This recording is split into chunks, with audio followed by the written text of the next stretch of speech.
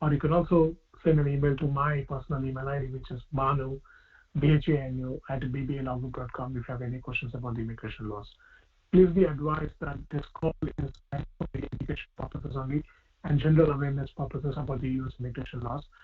Anything we discuss in this call does not create attorney-client relationship, or it is not protected under attorney-client privileges, basically. Therefore, any questions you ask, anything you discuss in this can be used for general awareness purposes, can be disseminated, published in social media and various other places.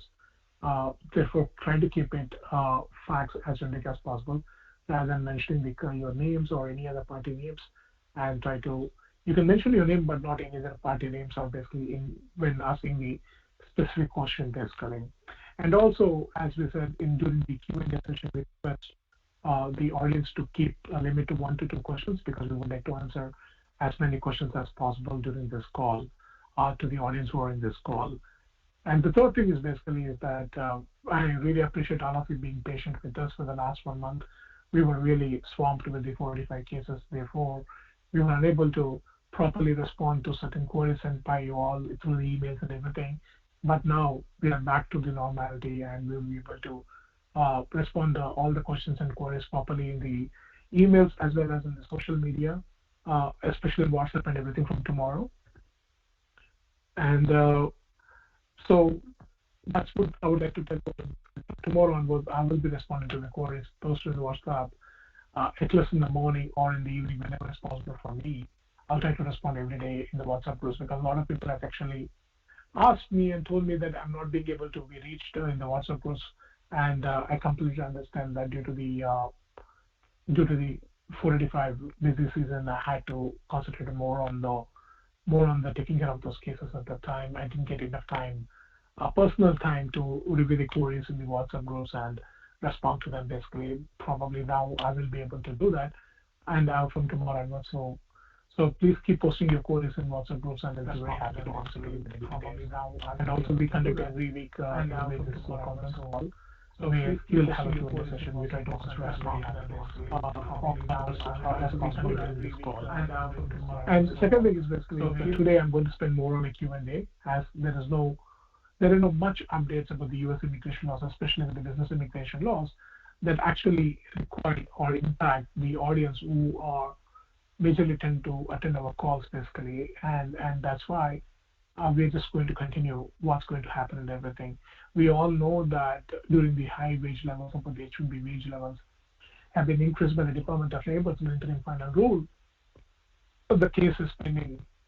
It has been challenged by several entities in the courts basically, and one of those cases have been hearing in November 2016. We want all of you basically, how do you feel about this interim final rule? We are very happy to take a comments through our website basically, or by an email from all of you basically. If you're interested to provide your comment, what do you think basically this interim final rule is actually impacting you and everything? Because one of the plaintiffs in this party, in this case, that is IT Surveillance, they actually approached us and asked us basically to provide the feedback about how this interim final rules are impacting our clients, basically the company employers and the employees, especially whether it's impacting their job market, whether it's impacting their hiring issues, or it's causing any other difficulties basically for them. All those questions they asked us to provide a feedback to us, and we clearly said to IT Surveillance that we will do that, we will comply with that. We're very happy to provide the information from our clients, whatever we can, to the IT Surveillance, that they can support that during their arguments before the district court against the USCIS, against the Department of Labor, as well as the USCIS also in other litigation which they filed about the regulations that are going to come into effect from December 7, 2020. So please provide the feedback to us basically on that. What you are thinking about the wage levels, whether it's good or bad, whether it could impact your job, or any employer actually raised any concern or issue about those wages to you all. If you're an employee, that's what it is. If an employer, please provide your feedback as to how difficult it is. Why do you all think that it's not in accordance with the job market basically, and what is tendency generally in the job market, not just for the certain type of a business, but in general for those positions basically, all those things. And it will really help us basically to help assisting IT surveillance and other parties basically to make their legal arguments before the district court. And that's one thing which I would like to bring in this call to every one of you. And that's what it is. And second thing, as also we know that is, please be advised that the second lottery which have taken for H1B CAT cases, all those cases has to be submitted prior to November 16, 2020. Therefore, ensure that your employers file LCS as soon as possible and submit those cases properly to the USCIS. As I said in my last call, my colleagues have actually informed me, and actually it is true with our experience also with California Center Center, it is mandatory that your employers actually mention the start date on October 1, 2020, rather than the date to which they're sending it. Along with them, it's better to provide the notification of the USCIS also to the USCIS so that the cases are properly receipted and adjudicated by the USCIS for these CAT cases. So that is one thing which I would like to bring you all. And we all know that no dates have moved for the priority dates have, final action dates have moved a month or two, as we all know, in November month. And we are not expecting anything more than that for the month of December as well, if it comes to the final action dates. And if it's come to the filing chat, I think AILA and other places that we have seen that USCIS may still continue the same filing chat for the month of December as well, but we do not know whether that's going to happen or not, because anytime things can change. Now elections have been over. Now it seems like another party may come into power in coming February. We can see numerous policy changes and executive orders coming in with immigration laws, but we will keep on updating you all changes, or if anything important changes or executive orders are coming into the effect with the immigration policies in coming 4 months. We do not know yet, but it seems like it's very likely like that the new administration may come into power in the coming February 2020, but still it's too early to discuss anything about that, but it seems like that way. Now, as I said, there are not many other issues which to discuss, as we all are aware exactly what's going on with immigration laws in this country, and we will see basically how this election is going to shape up the future immigration laws in this country. And now I would prefer opening up a Q&A, because as I said, I would like to spend more time in Q&A so that I can help or assist people with their queries more in this call. Can you please, Ben, can you please open the Q&A, please? The conference has been locked. The conference has been unlocked.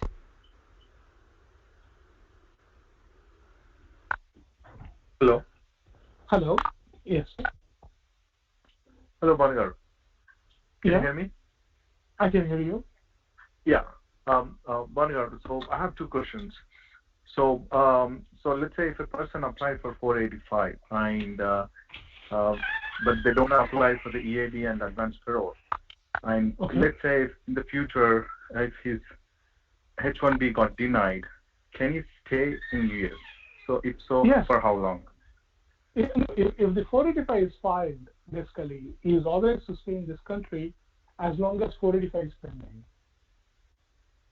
Okay, as long as the 480 is pending. Yes. Okay.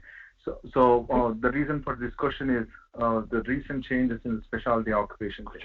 So if the candidate doesn't study in a computer science and if he's working in IT for like 10 years, so do you think the USCIS will simply deny even though we provide all the experience and everything?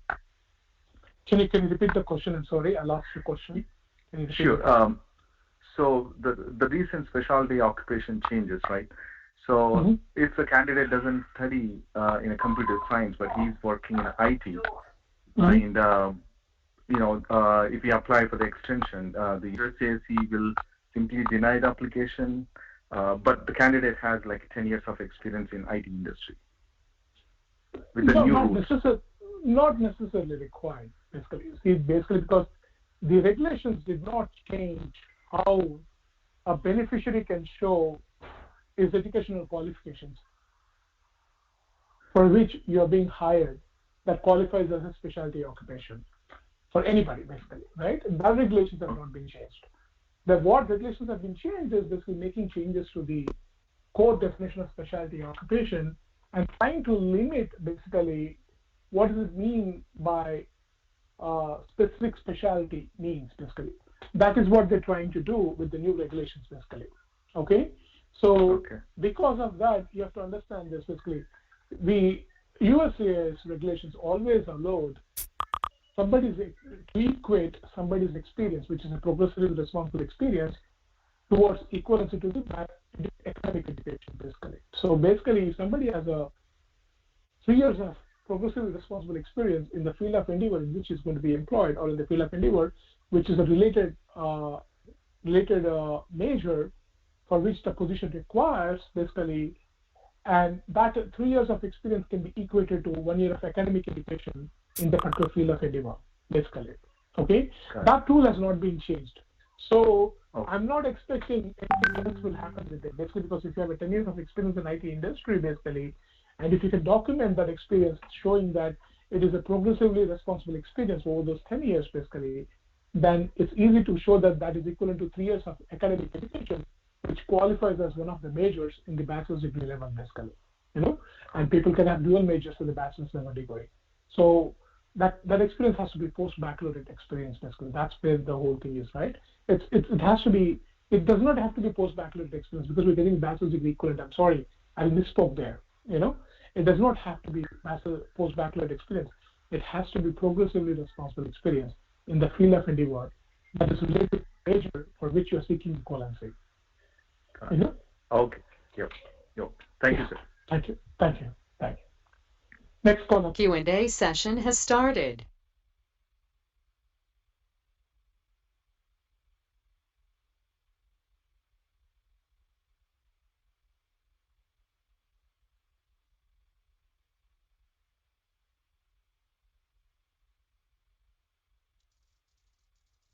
Hello. Next caller, please. Hello, Bhanagaru. Can you hear me? Yes, I can hear you. Hi, my name is Teja, and I have a question regarding the employment. Right now, I'm in with my employer A, and I got a new opportunity with employer B, and applied for H1 transfer, which got RFE. And I just want to know if there is any chance that I can work for a new employer before the case gets approved, or while working with employer A. I think the answer is no, but I just want to see what are the options here. I mean, you can always work with the employer who files for your transfer. Basically, if the transfer is filed timely prior to the expiration of your status, you're under the H1B portability regulations, you're always to work with that employer as long as the case is pending. Okay? So unless the case is denied, you can continue working with the employer basically while the case is pending, as well as again once the case is adjudicated. Basically, that means it's approved. Okay? So if you want to work with the employer B now, yes, you can work with the employer B because the case is pending. My question is more on like I have to stop working for the previous employer, right? Like the employer. Absolutely. Okay. You have to stop working for the previous employer basically because unless the employer B petition is filed as a concurrent, it should be employment. Where do I confirm that? Is it with the attorney I should speak with? Yes, you should speak with your attorney. Yeah. Okay, if that's a concurrent H1, then I can work for both employers at the same time? You can work for both employers if they file as a concurrent employment H1B, but I don't think they would have done that. Okay, yeah, I think the same, but I just want to know like these terms so I can ask the attorney, but I will ask him on this. And I have one other question on the same filing topic. So I got the RFE, as I mentioned, I got the RFE. So initial H1 petition, I got the same RFE for specialty occupation where we submitted the expert opinion letter for the degree, and I got the same RFE again.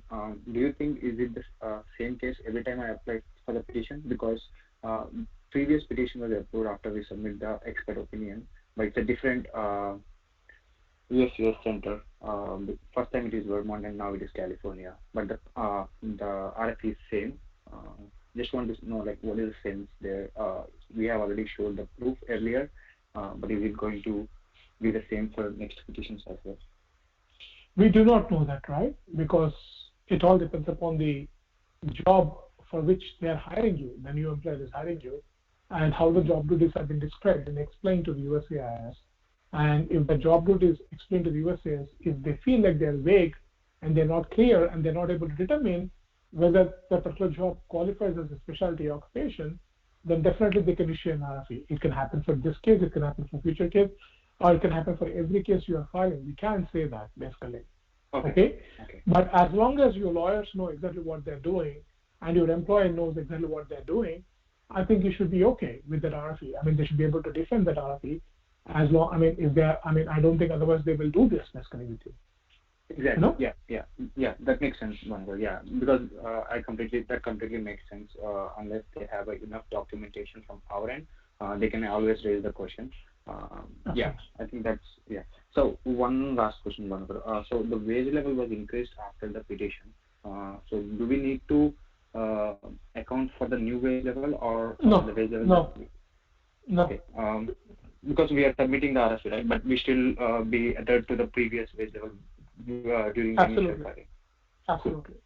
Awesome. Thank you so much, Bhanuvar. Those are the questions I have. Thank you so much for answering this. You're welcome, sir. You're welcome. Next caller, please.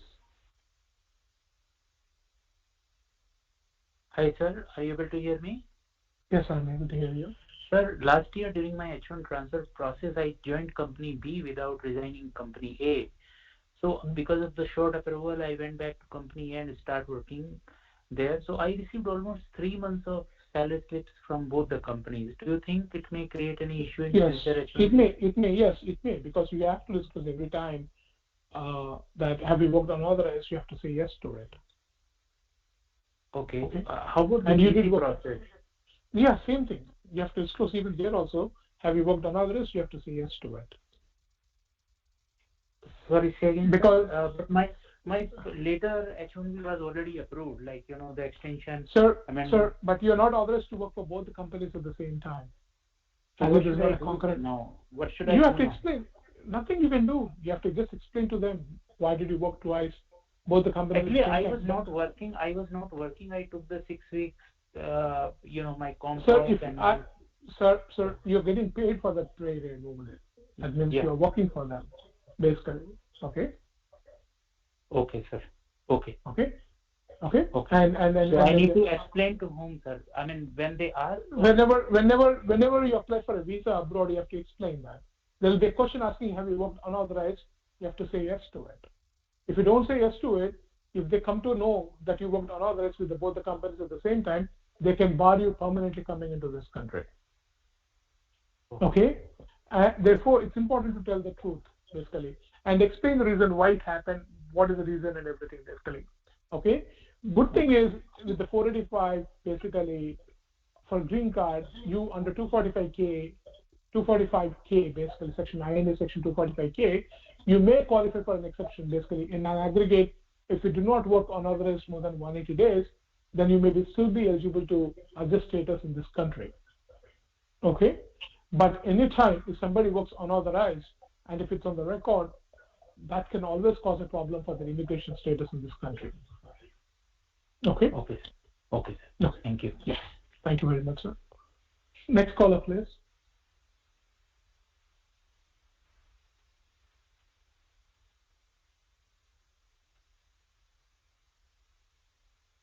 Next caller, please.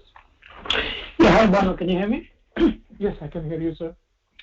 Yeah, thank you for taking the calls and taking the time to answer so many questions, Banu. I have been following your conference. I have a couple of questions. So I filed my 485 concurrently from EB2 to EB3 with a priority date of August 2011. So there were like 2 mistakes done by my attorney. One is the category was defined as C36, which should be C9. And also you're talking about the EAD, basically, EAD category. Yes, and also they missed my 485J. What are the implications for that? They missed your 485J? I mean, no, they don't need the 485J when they're filing I-140 with the 485. So I don't think they missed it. It is not required by law. So like for me, for you, basically, they file concurrently with the downgrading I-140 and 485 together. Am I right, sir? Yes. Because they filed downgrading I-140 concurrently with I-485, we don't need 485J. Okay, so for a regular person, if they miss a 485J, then they may return the file back to them, basically. If somebody is filing only 485 alone, just only 485 based upon the priority date availability for them, then I-485J is required. Okay. So can we? So I mean, this is for a friend, I think. So basically, his 485. So he's a straightforward EB3, and his 485J was not in the package. It's very likely it's very likely they may return the file. Oh, so once we get the receipt, we cannot call them and say, hey, can you send it, something like that? Sir, it's all under the it's all about the discretion of the USCIS. Usually, when you miss 485J along with the 485, by law they're required to return the file to you because it's improper filing. Okay. So they return the file to you in entirety without charging you anything. They will not go to cash your check or anything like that. They'll ask you to resubmit the file to you again including 485J under those circumstances. But certain cases I've seen where they issue the receipt and also issue an RFE for the I-485J supplement later on. That also I've seen. Okay. So there is a possibility that they may issue a receipt for him, and then basically later on issue an RFE asking him to submit a 485J. But by procedures, the process which laid down by USCIS, they're supposed to return the package if you don't include I-485J along with the 485. It is being filed alone, not with I-140. Okay. Okay. So yeah, that is fine. But the other one, C32, C36, or C9, that doesn't make any difference, right? Should be okay. That's an EAD thing. That's basically I-765. I mean, you can refile that one basically. That should not be a problem. Yeah. I mean that I-480 that they're going to issue an RFE for you on that, basically asking that you're not eligible for the C36. Then you have to explain them it was a typographic error. The category classification what you are seeking is 309. Okay. Okay. Thank you, Bhavan. And I just wanted to update, like for folks who apply premium, I applied my attorney applied in premium for EB2 to EB3. They returned the file actually. So they will return the file. I have to Yes, they will return the file. I just wanted to update the. Yeah, so we just have to refile it again. Who's your attorney? I'm sorry. Who is your attorney? Did that? No, this is within the organization actually, not the outside. So I work for a full-time employee. So. Okay. I mean, everybody knows that they should not do premium processing for the downgrade. Yeah, we said to her like not to apply, but she said it's okay. Then, luckily November was accepting the application, so I could resend that application. You could. Thank you. Good. I'm glad, sir. Yeah. Thank you. All the best. Yeah. All the best, sir. Yeah. Next call. Thank you. Hello. Yeah. Hi, Banagar. I have two questions. So the first one is, what are the current timelines for H4 EAD, and are they accepting the premiums right now or no? No, not yet. We're waiting for the USCIS to come back on that. I'm sure USCIS will very soon will publish notification or regulations pertaining to that, basically. Okay. And as of now, if you're just filing alone EADs, H4 EADs, it's taking 4 months. That means you have a valid H4s, then EADs are taking around 4 months basically. Okay. But you're filing with the H4 concurrently along with H4 EAD, then it's taking time based upon the adjudication of based upon the adjudication of H4s, that the EADs are taking time basically. Okay. And we filed like I think 25 days back, but still the receipt number hasn't come yet. Is it something to worry or? I think 25 days means you should get a receipt by this time. Just give a call to the. I mean, obviously, if you call now, USCIS says that you have to wait for at least for 30 days. So wait for 5 more days and then give a call to the USCIS. Okay. That sounds good. And that's one thing. And the other question is more towards the 485 thing for downgrade and the 485. What are the timelines for it as of right now? Like, So 485, there is no, you cannot prescribe the timeline because you're not going to get a green card unless your final action dates are current for you. So, right, but this helps in the extension of the H1 that we don't need H1s anymore, right? Once the 485. If 485 is reseated, basically, then you don't need H1Bs. But it's always safe to maintain both H1B and 485. But it's up to you, okay? At that time. Okay. Okay. And that how much time will it take? I do not know. I mean, I didn't understand your question, sir. This again. What do you mean by how much time it will take? Adjudication of 485. If they adjudicate your 485, you're going to get a green card. Oh, okay. Okay, got it. Okay. All right. Okay. Thank you. Excellent. Bye. Bye. Next caller, please. Hello. Hello, Banugar, can you hear me? Yeah, I can hear you, sir. Okay, thank you. My name is Naveen. So my priority date is October 2014, and I'm in EB2.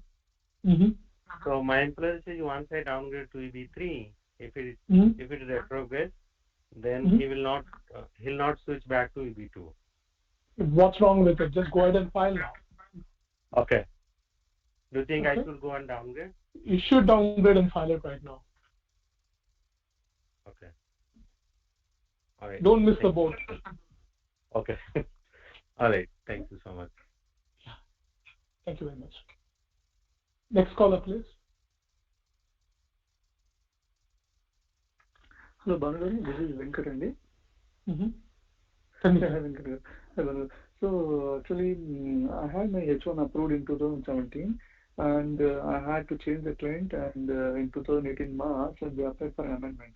And that amendment was not approved, and I have been working with the same client, and now also I'm working with the same client.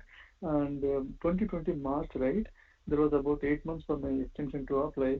There was a vendor change, and for that reason, my attorney, my immigration team told in the company, we can go for file for an extension, and they applied for extension in March 2020 this year, and I got it approved in the July. I got it approved till July. Next 3 years, 2023 March.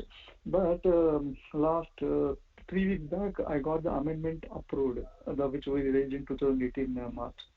And they gave validity till November 14th this year. So I have November 14th. I understand, sir. The extension which you filed before, which got approved in June, July, what is the start effective date of that H1B? That is March 23, 2020. What did they file on the amendment and extension at the time, or just an extension? Because I'm assuming that the November they're giving the approval means you might have had a status in November last one. Yeah, that 2017 I had till November. Yes. Yeah. So yes. Did they file an amendment and extension in June for you? Basically, what did they do? Yes, they filed. I think extension and amendment. Yes, amendment and extension. Yes. Amendment and extension. And I got approval from March 23, 2020 to March 20, 2023. Yeah, but the problem is under the last action rule, the latest one will govern. Latest one is effective. Latest one will govern basically because that's the date of the approval. And that is the date of the extension. I would prefer basically, if possible. Do you have a valid visa in your passport by any chance? Valid visa that's getting expired in this November 14th. Just go abroad this weekend and then come back. No, I think it's expired. Today is the last date. Visa is expired November 5th. You said November 14th before, right? So November. No, sorry. November 14th is the 14th was this one. I got extension, but they gave probably 10 days more. But visa was still November 5th only. In my unfortunately. Yeah, unfortunately, then you have to refile an extension because under the last action rule, the latest approval will govern your status in this country. Oh, is it then when I asked my attorney, they told it is fine, whichever is. Oh, okay. Then I'll have to check with them. Check with them, please. Okay, check with them.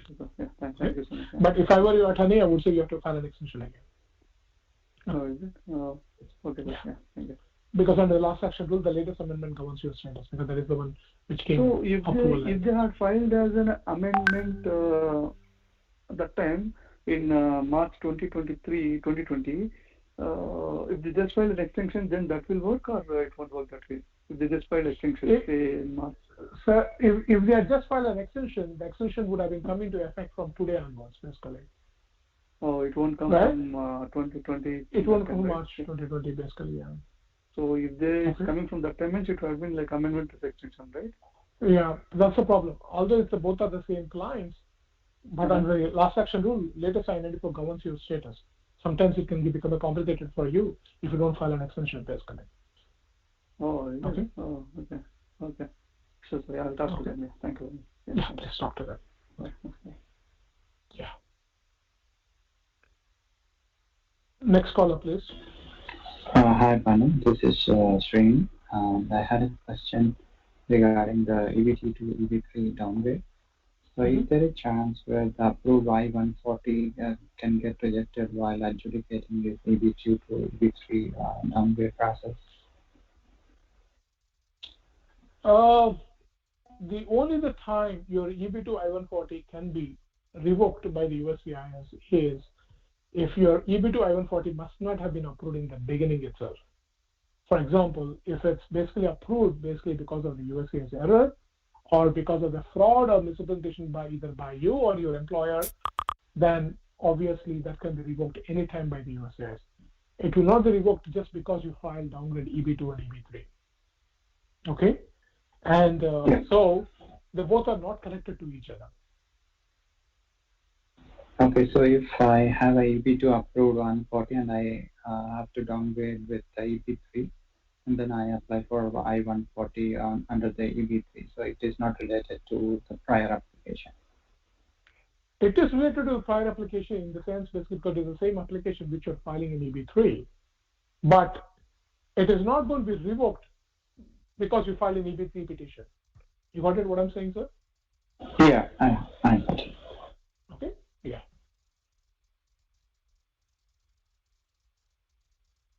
Hello. Hello. Hey, Banu. Hello. Yes, sir. I'm able to hear you. Yeah. Hey, Banu. I have a question about the one thing is CSPA for the kid of H4 kid. That's one thing. During the final action, during the filing dates, right? I think this law is not applicable. So what if I convert the kid at the age of 19 to F1 visa? Who said to you that this law is not applicable during the filing chart while you're filing through the filing chart? I'm just asking. It's there on the USCIS portal itself. They say that only thing is the filing date is not applicable, only for final action dates. CSPA, yeah. Where in the portal it has been USCIS portal? If you go to USC and if you go for CSPA, just type CSPA and go for the employee-based CSPA, then you can see that they clearly mention that filing dates are not applicable for the child age to be protected.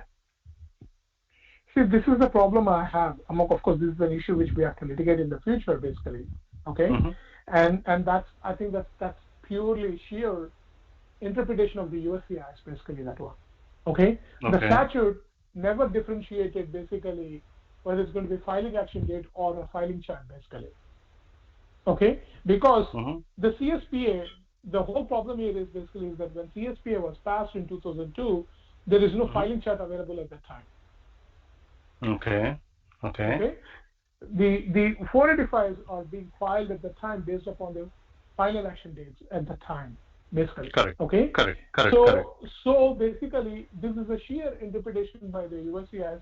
I don't think that's what the Congress intended. Basically, Congress intended to protect the children whose I-485s were filed prior to the age of 21, basically. Okay. And if they age out, then we have to calculate the CSPA age. Based upon that, we have to see whether they're eligible to preserve their age, basically, CSPA age or not, basically.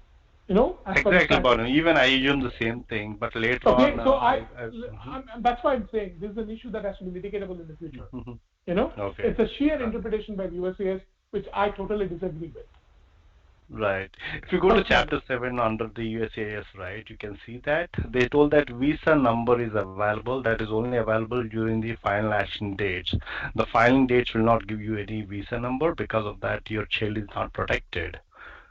The problem here is basically what it says is basically is that the child must be able to file 485 within the dates, the final action dates available within 1 year if the I-140 is pending with the employer. If it comes to the 485, the same statute says that is basically is that if the 485 is filed prior to the age of 21, and if it is pending beyond 21 years of age, when the dates become current, that means at the time is eligible for getting a green card, that CSP age will be calculated based upon number of the dates the 485 is pending for processing with the USCIS. That's what the law says also, basically, at the same time. So there is a conflict over there, basically. Because in 2002, when the new filing chart availability is not there, obviously Congress cannot interpret that, cannot guess that. The Congress intent is basically, the Congress, that's what I'm saying, I have a total disagreement with it with the USCIS on that. It's an issue which we have to litigate, basically. Okay. You know, I'm sure somebody will litigate on this issue in the future, basically, okay? And I'll be the first guy who will be filing a lawsuit on this, probably, if one of my client child comes into that situation, basically. But, but right now, it is what it is, basically, with the CSPA.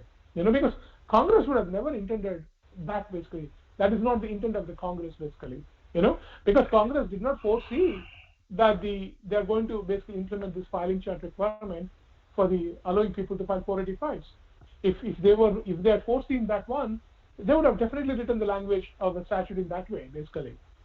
You know, therefore, I understand the interpretation from the USS where they are coming from, but I think this is an issue that is going to be litigated in the future, and I'm sure the courts will rule in favor of the individual under those circumstances, because the purpose of the statute is actually overtaken rather on the technicality issue rather than anything else, basically. You know, and that's at least I believe. At least I believe as an attorney. I could be wrong. I mean, I may be wrong. No, my attorney, my office attorneys mentioned the same thing. This law is applicable for the filing dates, but later on I see number of webinars and I responded back, and I got email last week. They mentioned that yes, this is not applicable for the current situation. A lot of people. The reason why I asked you this question is, I just want to see how much homework you have done on that question, basically. You know, I did a lot for this one, yeah.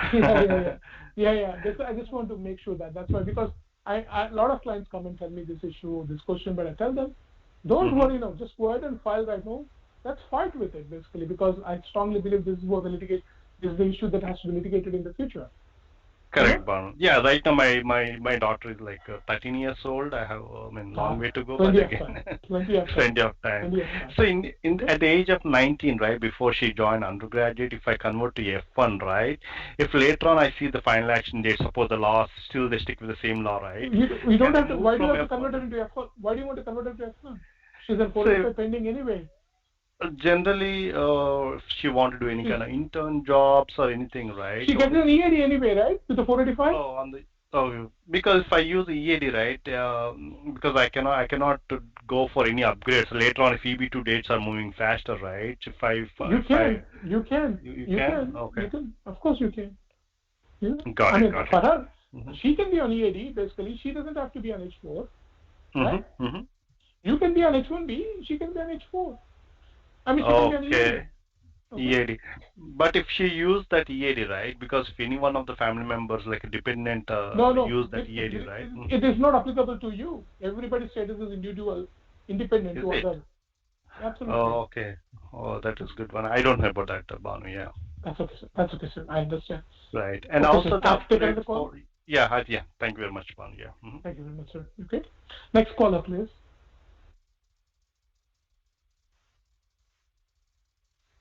Next caller, please. Yeah, this question could be slightly repetitive.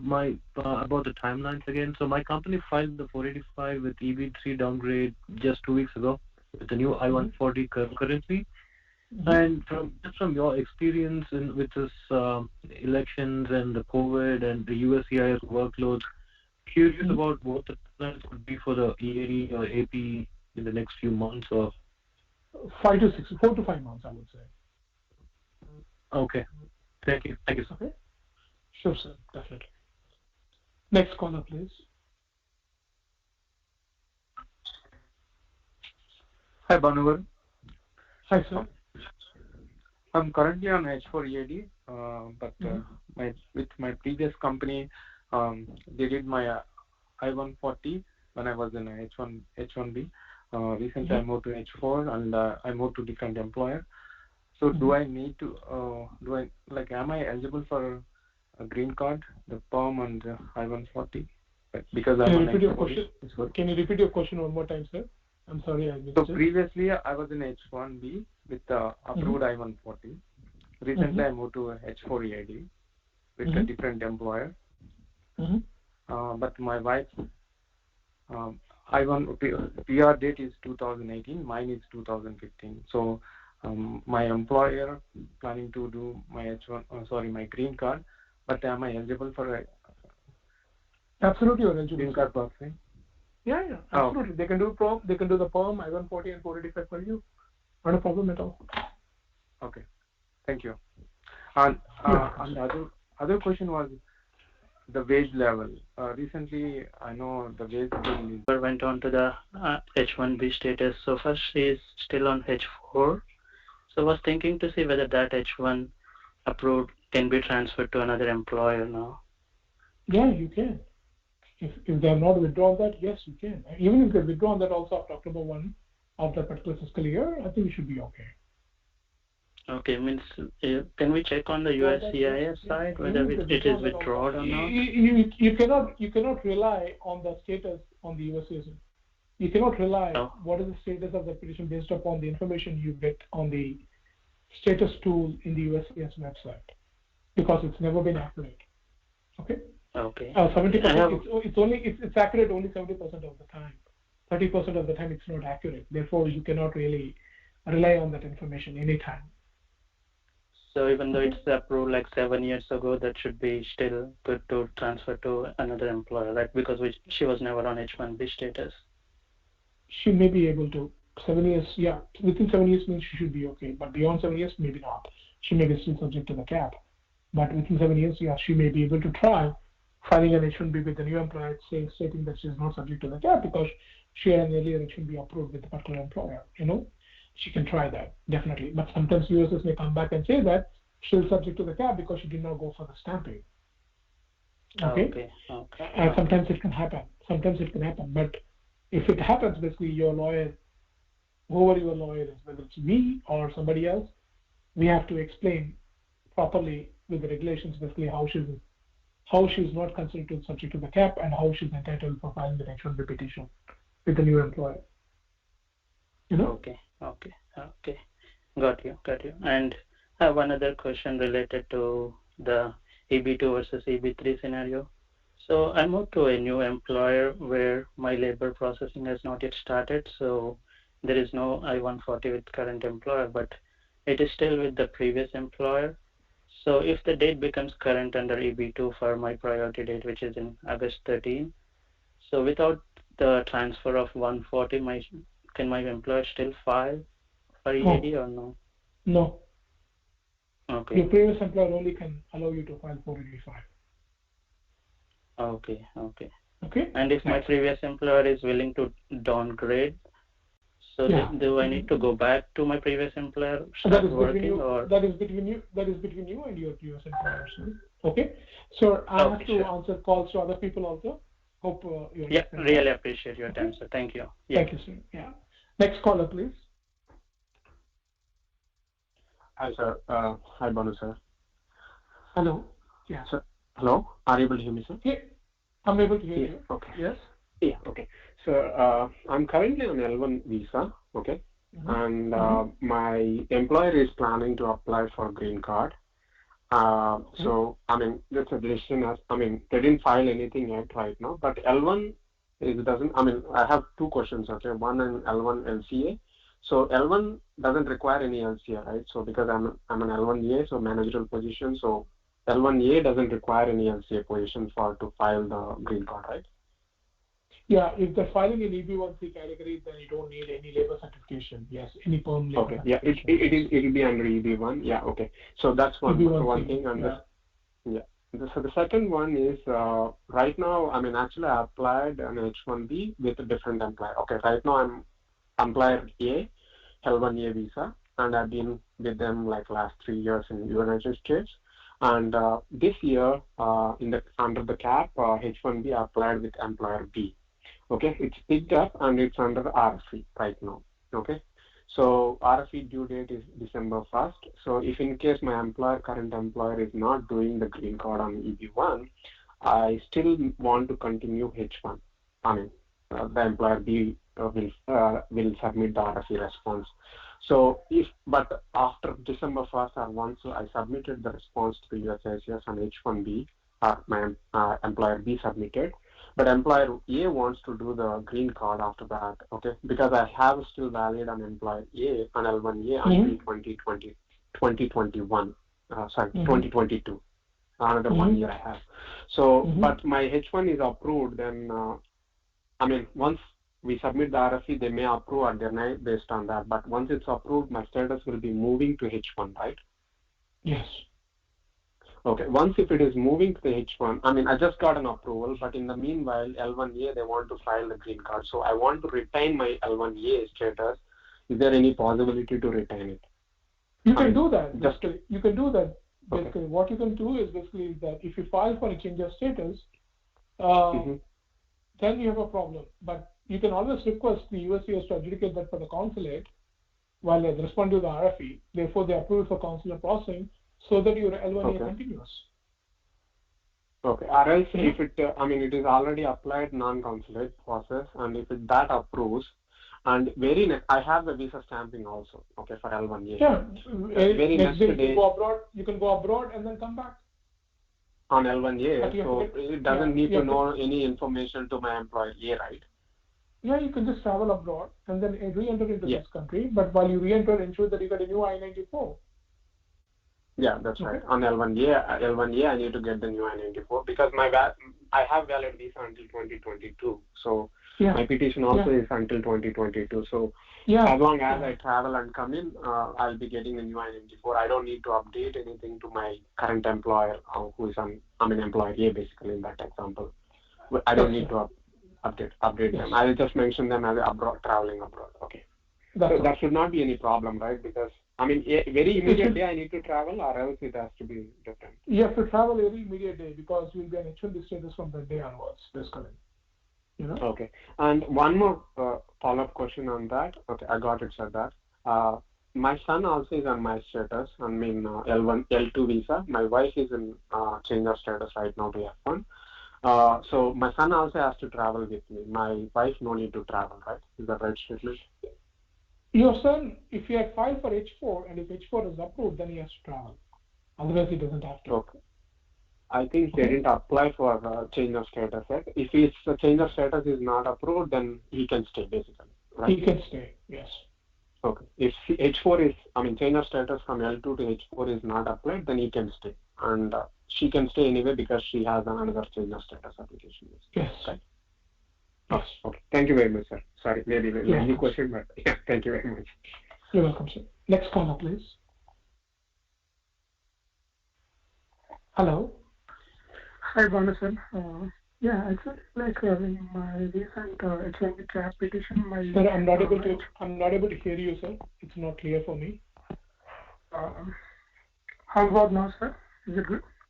Yeah, it is better, sir. Okay. I was an L1 and my H1B is approved this year, H1B cap. And my client wants to give me the full-time opportunity. Is it possible I can switch without a pay stub with the current employer? I didn't understand, sir. Can you repeat the question one more time? To initiate the H1B transfer, do I need a pay stub or we don't need a pay stub? Sir, I'll ask you one question basically in opposite to answer your question basically. Yeah. Why do we generally need a pay stub, sir? Why do we have to submit pay stubs to the USCIS? What is the purpose of it? My guess is like to validate the status, and like, are you legally present or not? Absolutely right. That is the question, basically. Yeah. Right? Yeah. How? Yeah. So, if that is the question, basically, then how do you prove that you're maintaining valid legal status in this country? That means basically, were you legally employed by the employer who actually sponsored your H-1B? How you can document that? So yes, pay stub is a prima facie evidence to show that, because if somebody is paying you, that means you are actually employed with them. Otherwise, why will somebody will pay you money? Right? Why will somebody will pay you salary? So it's very easy to establish through the pay stubs. If you do not have a pay stubs, still you can establish that you are legally employed with that employer. How do you establish that? By providing the proof that you're working for the employer. How do you provide the like proof? employment verification letter? Exactly, from the employer. Okay. Employer must give you a letter saying that he's currently employed with us and he's working with us in this position offered, and this is what he's doing. That letter can be provided to the USCIS, and you can provide an explanation why you are not able to submit a pay stubs. If you're employed with them, why you didn't have a pay stub, you can actually inform that. For example, you recently joined the employer and you were within that first period where your payroll is not run, then yes, that is the explanation which your attorney can explain to the USCIS with the employment verification letter. Right? Okay. So yeah. So that is what it is. But if you're not paid, basically because you're on the bench, that's going to be a problem for you and a problem for your employer. Okay? Because you both are in violation of the law. Okay? So understand that, basically. Okay, sir? Yeah. And does my current employer know about that the transfer process, or there's no chance? I mean, unless you tell him. Okay. Okay? Yeah. Okay. Got you. And is there any chances to revoke the H-1B like while doing the transfer process, or not possible? I mean, I don't understand what you mean by revocation means, basically. By the USCIS, suspended by the USCIS, or upon the request of the employer, it depends upon, right? I mean, your question is very broad and very big. There are several circumstances which I have to explain here. I mean, unfortunately, now we are in the Q&A session, basically. Oh, yeah. And sure, after I will take an appointment. Yeah. Right. Oh, thank you. Sure, sir. Yeah. Thank you. Thank you. Bye. Yeah. Next caller, please. Hi, Banu sir. This is Srinivas. This is regarding the I-140 status. Like in September last week this year, my I-140 got approved. When I checked online after a couple of weeks, it's showing as approved, and a decision was emailed, something like that. After a couple of weeks, again when I checked, it was the status was changed to like a case was sent to Department of State for visa processing. So I could not get more information on that when I googled as well. So is it the employer asked for the consular processing of your green card? Actually, I'm not sure on that, sir. So my employer did not. It's possible that they may check it out with your employer, basically, because if your employer requested to adjudicate your green card through a consular processing, if that's the box which they ticked in the I-140, basically, then automatically your case will be referred to the Department of State. So therefore, and then once it goes to the Department of State, that National Visa Center will contact you. Basically, they'll ask you to pay the immigration fees and everything, and they're going to fill the application and everything. And once the dates are current, basically they're going to adjudicate your green card at the consulate abroad, basically. That's what it is. That means I need to go to India at the time when my case becomes current. I mean, petition becomes current, right? Yeah, basically that's what it is. But if you're in the US, irrespective whether it's an employer selected for the consular processing or not, you should be able to file I-485 here if your dates are current. Okay. Yeah. So one last question on the same thing. So suppose after 6 months, if I want to change the employer using the same receipt number, I can switch, right? Is there any issue based on the status, consular processing? No, you should be able to. You should be able to change. You should be able to get H-1B extensions beyond usual 6 years if the priority dates are not current, basically. As long as the I-140 is considered valid. That means basically after 1 year, if you move and if your employer withdraws that also, that I-140 will remain valid for the purpose of seeking H-1B extensions beyond usual 60 days. Okay. You know? All right. Yeah. Thanks a lot. You're welcome, sir. I'll take one more call. One more caller. Hello. Yeah, hi. Yeah, hi. Yeah, just I want to check on that H-1B extension. So it was filed in without premium first. They forgot to file in premium, and then later on, once we received the receipt, then after that we upgraded to the premium. So yeah, already so they received on 19th, and it is showing that California Center is processing it. So in premium, it seems when I checked in the online, it shows 15 days it should process. So suppose if we don't get any status in 2 days, means by tomorrow, so what will be the options available? It's a 15 business days now, basically. Okay. And usually either they have to issue an RFP or adjudicate the case within the 15 business days. Okay. So it is what it is basically right now. And if you don't get an upgrade anything by the USCIS within that 15 business day, after that 15 business days, then you should be able to reach the USCIS asking the status of the case. Oh, okay. Okay, thank you. And can I ask one more question? That will be very small. Sure, sir. Definitely. Yeah. So I was applicable to downgrade this EV2 to EV3. So my current date is 2013. So I downgraded that one. So just I want to check. Suppose if this get approved, and my daughter is she's 16 years old. So I was listening your conversation and all. Thank you so much for that information. Just I want to check if she will get H4 EAD, and if she cross 21 years of age, so will that priority date will be applicable for her, or it will not? So we just had a long conversation on that CSPA, and you can actually listen to this once the recording of this call actually posted in the social media. Okay. Because I discussed in detail very long about the CSPA situation basically. Okay. Yeah.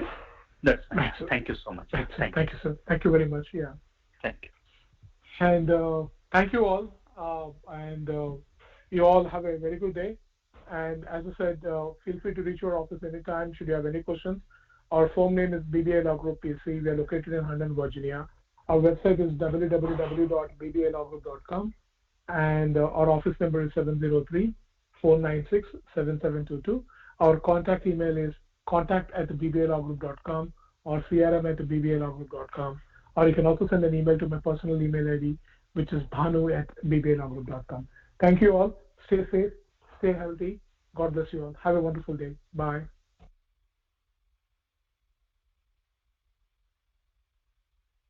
Goodbye.